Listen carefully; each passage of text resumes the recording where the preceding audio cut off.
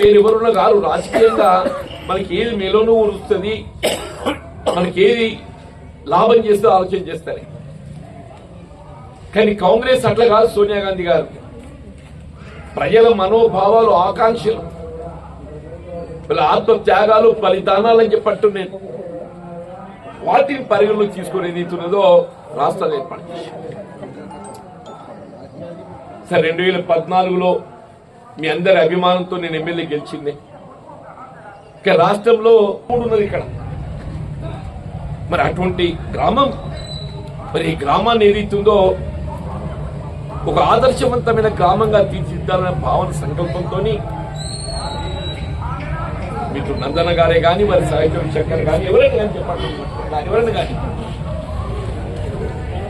ఈ గ్రామానికి కావాల్సిన సౌకర్యాలు పొందటంలో నాకు ఇప్పటికీ పురాతన చూస్తే గర్వంగా ఉంటుంది అంటుంటే గర్వంగా ఉంటుంది. చెప్పండి, తెలంగాణ రాష్ట్ర చరిత్రలో ఏదైతుందో పులాస వ్యవసాయ కళాశాల అనేది స్వర్ణ అక్షరాలతో లిఖించబడుతుందని చెప్పండి. మనకు అనిపిస్తుంది కావచ్చు పులాస ఈ వ్యవసాయ కళాశాల మనకి ఏమొచ్చిందని చెప్పండి. కానీ ఏదైతుందో వీళ్ళ వ్యవసాయ యూనివర్సిటీలో ఏదైతుందో మొట్టమొదటి వ్యవసాయ కళాశాల ఎక్కడుంది? రాజేంద్ర నగర్ తర్వాత జగిత్యాల రాసుంటది, అక్కడ పులాసనే రాసుంటది అని చెప్పంటూ నేను అది మనం ఏర్పాటు సాధించుకున్నాం.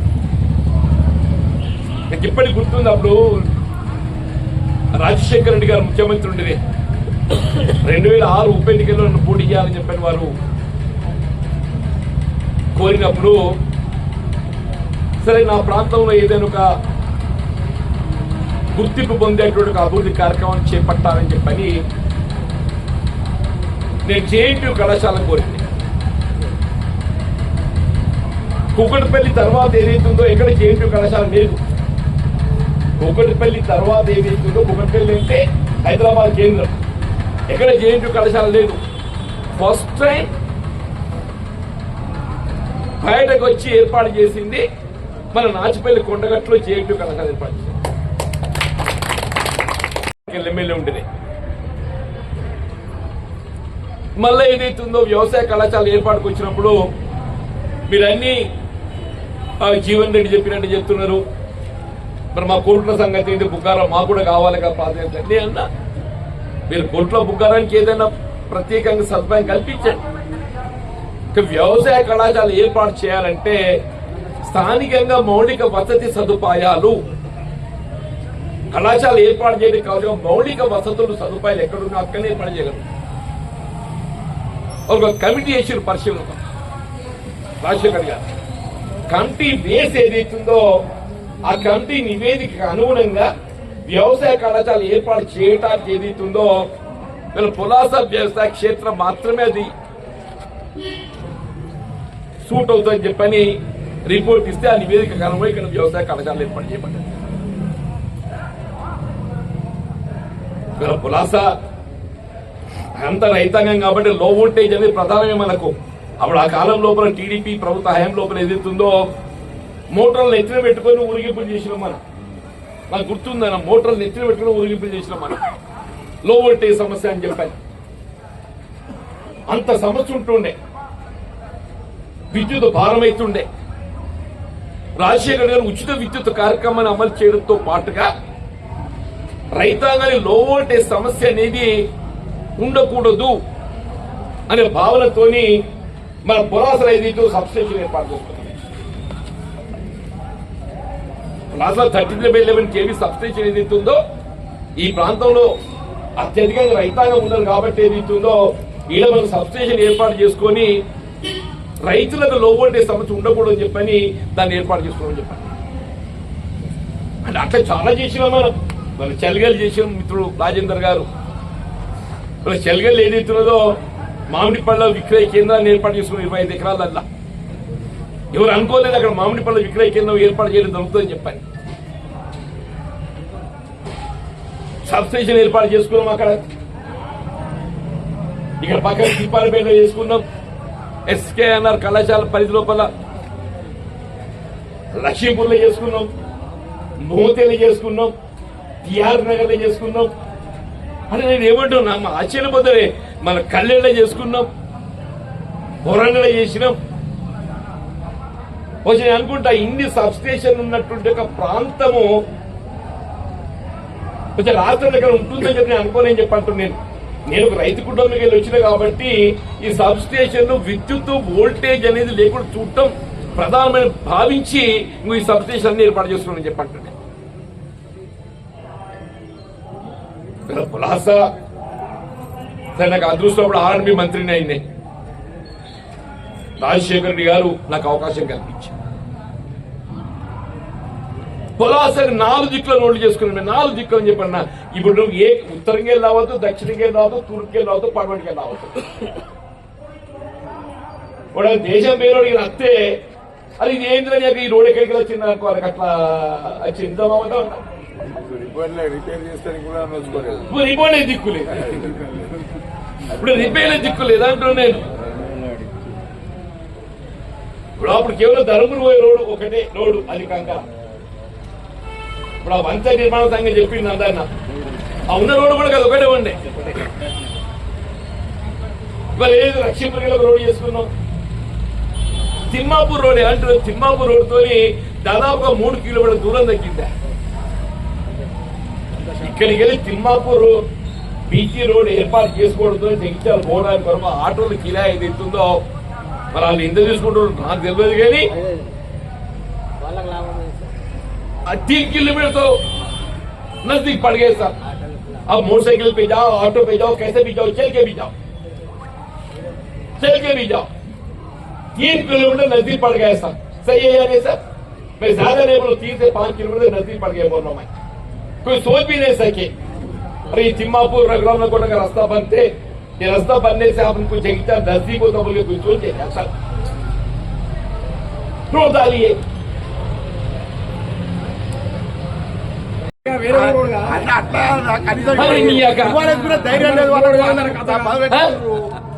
వాళ్ళకి ఇప్పటికీ కాంగ్రెస్ పార్టీ కార్డు వేసుకునే ఇవాళ ఏదైతున్నదో అసలు అభివృద్ధి అంటే నాకంటే తెలియగలను నేను, నాకంటే నీకు అనుభవం ఉన్నదే కాదే, నాకంటే నీకు అనుభవం ఉన్నది, నాకంటే నీకు తెలివి ఉన్నది. ఊరి యొక్క అభివృద్ధి అంటే నాకు తెలియదు. నాకు అభివృద్ధి అంటే ఏంటని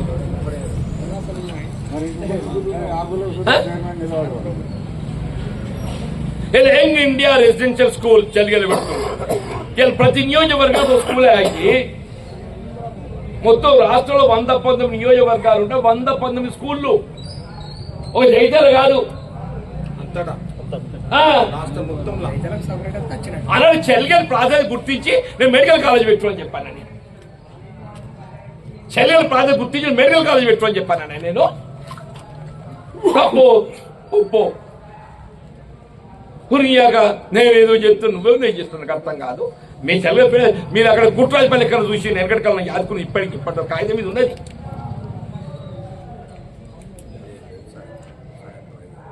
ఇలా అభివృద్ధిలో అది నైతికంగా ఉండాలి. అవసరమైతే పోరాటం చేస్తాం మా హక్కుల సాధన కొరకు, మా హక్కుల సాధన కొరకు అవసరమైతే పోరాటం చేస్తామని చెప్పాలి. జగిత్యాల అభివృద్ధి వల్ల మేము ఎప్పుడు పోటీ పడ్డా ఇలా ఈ పక్కపోవడంతో కాదు, ముఖ్యమంత్రి స్థాయి పోటీ నేను చెప్పిన నా పోటీ ఎవరితోని వైఎస్ రాజశేఖర నా పోటీ అని ఎవరితో పడ్డా, కేసీఆర్ తో పడ్డా, హరీష్ రావుతో పడ్డా, కేటీఆర్ తో పడ్డా. ఇలా జేఎన్టీ కళాశాల జగిత్యాల ముందు పడితే తర్వాత కేటీఆర్ పెట్టుకున్నాడు. ముందు మన దగ్గర పెట్టినాము. సిరిసిలో మొన్న అయింది, మన కేటీఆర్ దిగిపోయి ముందట. వ్యవసాయ కళాశాల ముందు మన దగ్గర అయింది, కేటీఆర్ దిగిపోయి ముందట అయింది.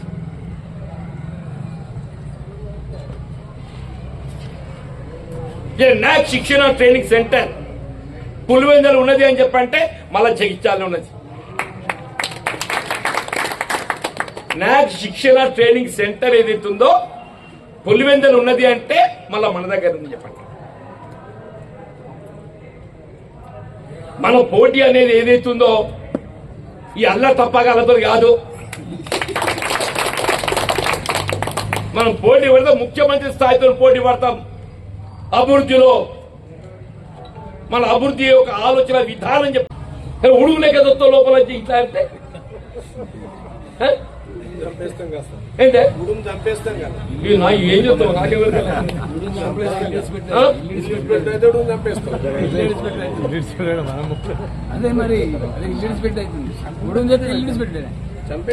నేనేమంటున్నానే మొత్తం మనకి 23 దాకా ఎవడు చెయ్యి గుర్తు వాడు చెయ్యి.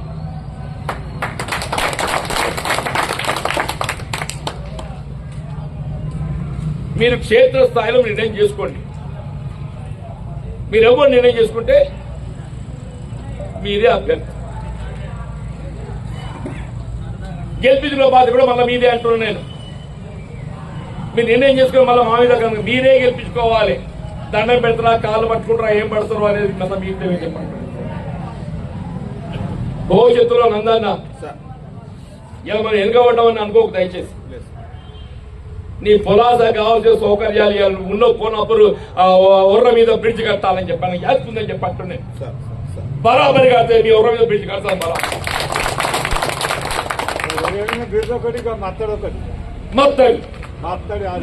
బరాబరి ఏ గంగల పెట్టాడు ఈ చిండు రేపే ఇప్పుడే చెప్తాను. ఎస్టిమేట్ చేయమని చెప్పాను మత్తడి. ఏదన్నా కానీ చెల్లెలు రాజేందర్ అన్న నాకు నిజంగా పులాస చెల్లె రెండు కళ్ళ లెక్కనే. మామూలు మీరు ఏమనుకున్నా మంచిగానే ఆ ఇద్దరి చూస్తున్నాం అని చెప్పి అనుకుంటావు. పెద్ద ఊళ్ళు కాబట్టి కొంచెం చూస్తున్నాడు. రెండు వాస్తవంగా కూడా మన మండలంలో పెద్ద గ్రామాలు అవి. దయచేసి ఏదైతుందో నన్ను తప్పుగా పట్టుకోకండి. ఆ రెండును కూడా మనం ఆదర్శంగా పెట్టుకో.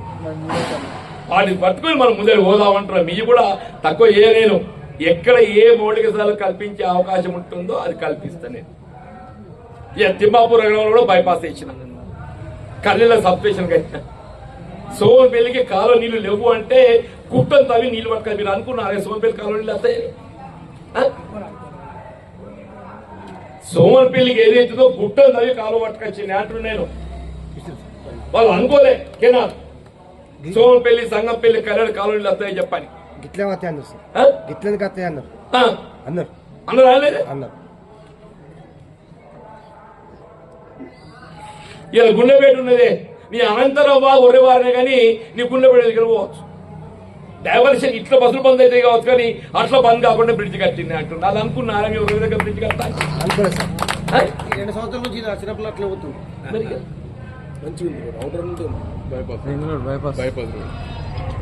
ఏదైనా కానీ అంటున్నా నేను, లక్ష్మీపూర్ కానీ ఏదైనా కానీ చెప్పంటున్నా. దయచేసి మనం ఏం లేదు, వారానికి ఒక ఊరు తిరుగుదాం.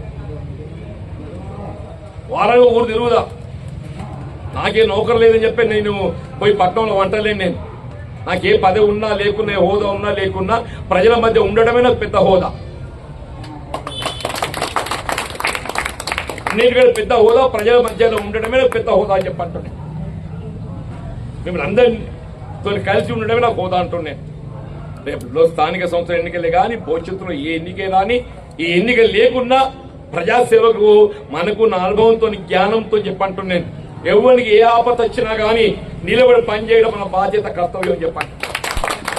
ఎవరికి ఏ ఆపద వచ్చినా న్యాయపరంగా, చట్టపరంగా, రాజ్యాంగ పరంగా చెప్పంటున్నా ఆ హక్కులు వాళ్ళు కల్పింపజేయడం మన బాధ్యత. మనం చేసి పెడతామని చెప్పండి. Thank you.